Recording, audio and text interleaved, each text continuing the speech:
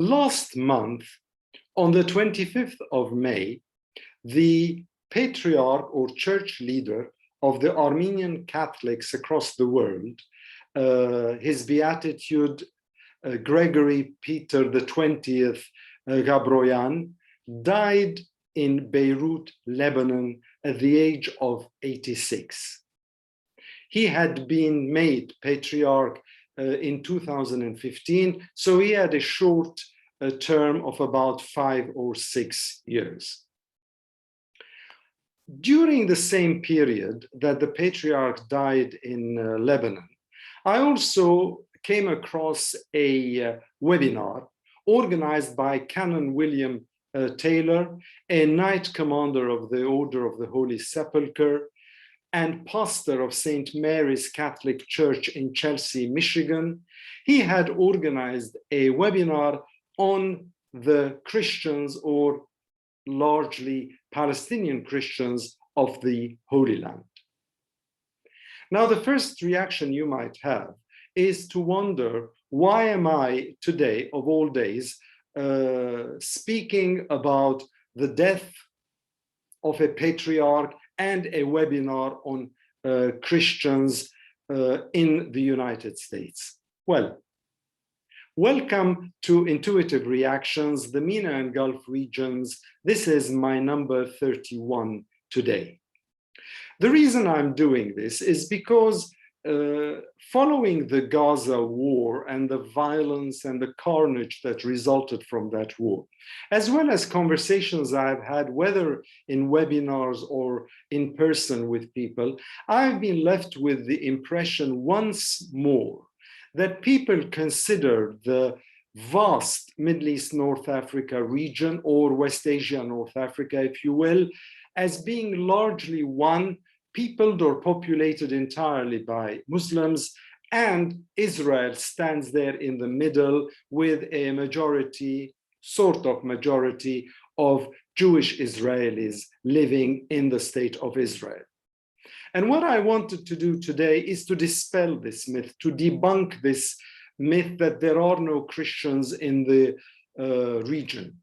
Now, you might wonder, 2021, and we're still talking about this? Yes, 2021, and we're still talking about this because there are still some people who think that there are no Christians, no native, local, indigenous Christians, Arab Christians in their majority living in that region, and that the region is basically a petri dish for two nationalisms, Zionism on the one hand and Arab nationalism on the other, and that it basically includes, houses Muslims and Jews.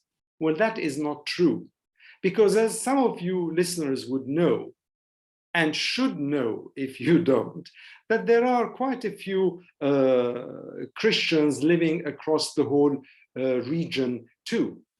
Of course, immediately comes to mind the Christians of Lebanon. Roughly 1/3 of the population in Lebanon is Christian. Also comes to mind is Syria. Syria, which had a large and robust Christian community, multi-denominational, and that community has dwindled as a consequence of the 10 years of revolutionary uprisings across Syria, but it is still there. Of course, what comes to mind is the largest Christian community across the whole region, and that is in Egypt, where the Coptic Church roughly consists of about 10% of the country's population, largely Coptic Orthodox, with small communities of Coptic Catholic and Coptic Evangelical Christians. But it's not only in Lebanon, Syria, and Egypt. What about Jordan? Jordan has Christians living there. And when I say Christians, I mean citizens, Jordanians, native indigenous Christians. The same will be said of Palestine. Okay, Palestine had about 25% Christians in its population if you go back almost 70 years, but now that number has been reduced drastically, but they are still there. And guess what? If we go a little further out, even in places like Libya, there are Christians, there are Christian churches in Tripoli.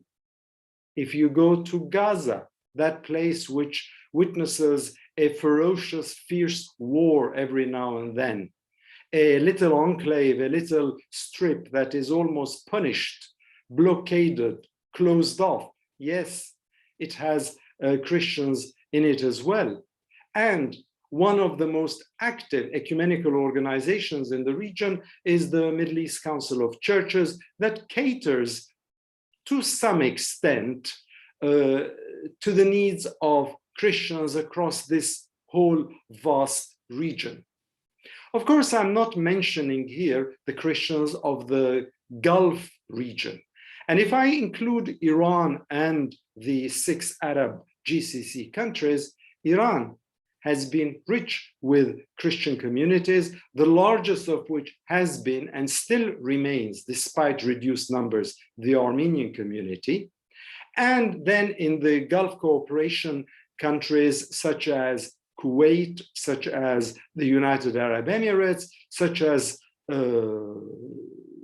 Qatar, there are Christians as well, but those Christians, unlike those in the Middle East, North Africa, are migrant workers coming from India, from Pakistan, from the Philippines, from some Arab countries. So they are not local or native. They do not have roots in the country, but they are there, and there are an overwhelming number of Christians who do not really have any ecclesial or ecumenical representation in the region, unlike, I suppose, those in the Middle East, North Africa region. Why? Partly because of issues of identity, because they are not largely Arab, and therefore they're considered as basically transitory, transient, temporary visitors coming for a while and then going away. So this is just a wake-up call for you to notice that there are Christians across the region. In the very heart of Christendom, in Palestine, in Jordan, in Israel, the three coming together and forming the Holy Land, or if we want to extend the Holy Land into Egypt, into Syria, into Lebanon, into Iraq. Iraq, before the overthrow of Saddam Hussein, had a very robust and active Christian community. Almost 1 million Christians lived in the country. Now that number has been cut down, mowed down to some 250, 300,000. But they have a rich tradition in Iraq as well. All these people, by their overwhelming majority, are indigenous, local. And I do not mean by indigenous or local only people who are Arab, who only speak Arabic as their maternal language. You have a lot of Armenians, you have a lot of Assyrians, you have other denominations as well who live there, who were born there, and who might not be part of the overwhelming majority of Islam or Judaism, but who might be Christians with very strong cultural links, roots to that country. So much so that when people come and sort of sniffily tell me, oh, you Armenians of that part of the world, you're not really from there, you come from somewhere else. And I think to myself, where do these Armenians who live there come from, if not from those lands where they were born, where they were raised, where they went to school, where they learned the culture of those lands? And it's interesting how culture and religion cohabit in a very dynamic, but at times awkward synaxis. So this is just to say, yes, guys, there are Christians there. So when we talk about the death of an Armenian Catholic patriarch, or when we talk about a webinar amongst many by Canon William Turner in the United States to lift up the Christian indigenous presence in that part of the world, in his case in Palestine, it's because they've been there. And when people talk about persecution, Well, I was reading a magazine the other day. It's a magazine published by Premier Christian News, and it was talking about the P word, about persecution of Christians. I do not subscribe to this concept of persecution of Christians across the world. This article in this magazine was talking about persecution of Christians in the United Kingdom. And I thought, what? Yes, there might be some discomfort. There might be some harassment. There might even perhaps be some discrimination against some Christian practices in the United Kingdom and across other parts of Europe. After all, we do try to live in democracies, not theocracies. But persecution? Come on, you want to talk about persecution? Go to Iraq, go to Mosul, talk to the people who lived under the yoke of oppression of ISIL or the Daesh people. That is what persecution is about. When people are killed thanklessly, mercilessly, without the slight hesitation, because they're different, because they do not subscribe to a tenet that the persecutors impose upon them. So, no, it's not the same everywhere. Christianity in the MENA region, in West Asia and North Africa, or in the Middle East, North Africa, and the Levant, if you wish, different countries have different priorities, like everybody else. A Christian in Egypt is not the same as a Christian in Lebanon or Syria. One in Jordan and Palestine is not the same as one in Libya or Iran. They are different. The ones in the Gulf have a totally different agenda when they come to work there and earn their living in those various countries. The ecumenical center in the Sultanate of Oman in Muscat, which is a very healthy, active ecumenical center, has different agendas than the one in Lebanon or Cyprus. This is what I'm trying to say. I'm trying to say that Christians, like Muslims across the whole vast region, have their own different agendas, their own different priorities, their own different proclivities, but they are part and parcel of that land. And to try and impose upon them a sense of exceptionalism, a sense of, oh, you're different, you're exceptional, you're not part of this region, is, to be honest with you, total piffle, because it's not true.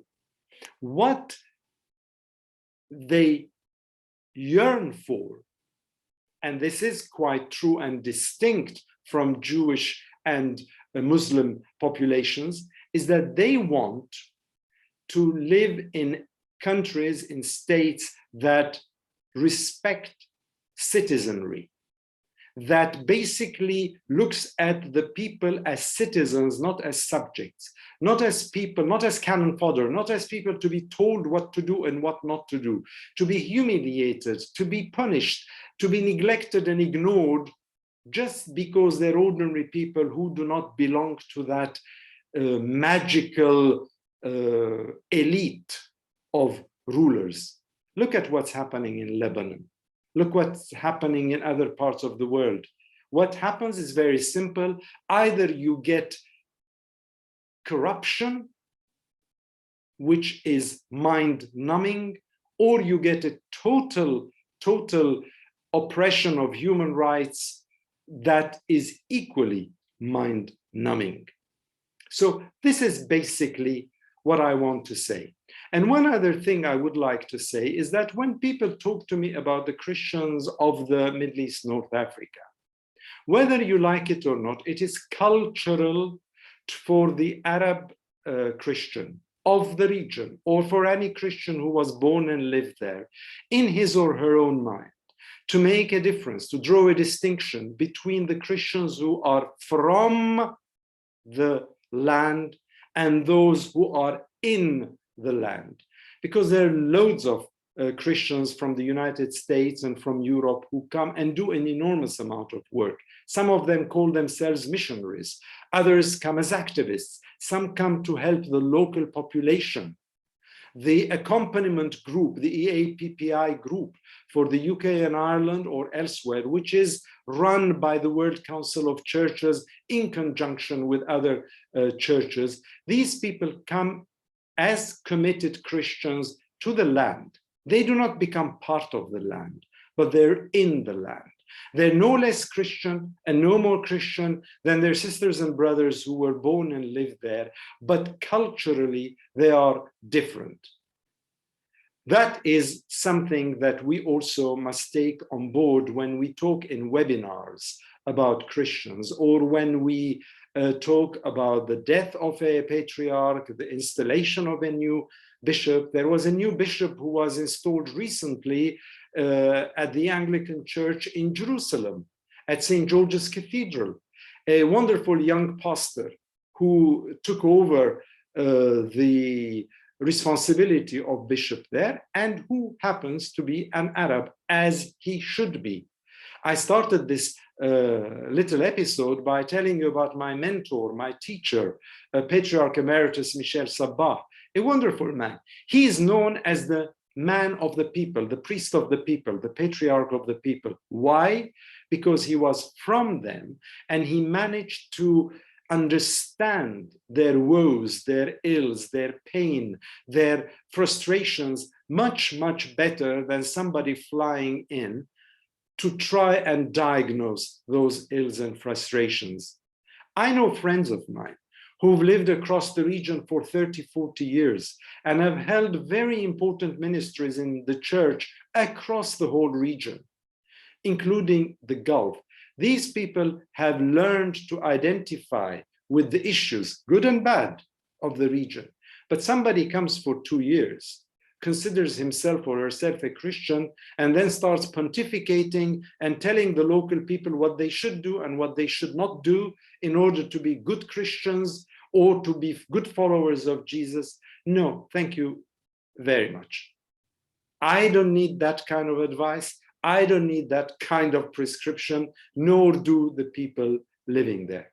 So basically, what I'm trying to say, through the death of the Armenian Catholic Patriarch in Lebanon, through the webinar, through the installation of the Anglican Bishop in Jerusalem, or the Synod meeting in Beirut to elect a new Patriarch there, through the Middle East Council of Churches, what I'm saying is that the mosaic, the tapestry of the region consists of different people with different backgrounds, but who somehow manage to percolate into a culture that has been there for millennia. This is all I wanted to say. I got going on this as a consequence of these couple of events that happened, and it sort of triggered in me this urge to correct what I have heard of people saying, Christians, what Christians? Well, thank you very much. Some of the most political leaders of the Arab world, from Syria and Iraq to Palestine and elsewhere, have actually been Christian. Yes, Christian. So let's keep this in mind when we talk about the Christians of the Holy Land. And incidentally, the image I'm using behind me is the convent of St. James. Where is the convent of St. James? It is smack in the middle of the Armenian quarter in the old city of Jerusalem. It is one of 4 quarters that are part of the Arab East Jerusalem, the occupied part of Jerusalem, the Muslim quarter, the Christian quarter, and then you also have the Jewish quarter and the Armenian quarter. And this convent, which doubles up as a patriarchate and a monastery, is the Armenian presence across the Holy Lands. So keep us in your thoughts, all of us, because what is good for Muslim Palestinians is also good for Christian Palestinians, and this goes across the board. And next time, I hope when you talk to people who tell you, Christians, what Christians in the MENA region in 2021, you will know how to answer them. I wish you the best and a happy end to this week. And guess what? It's going to be a scorcher. Take care.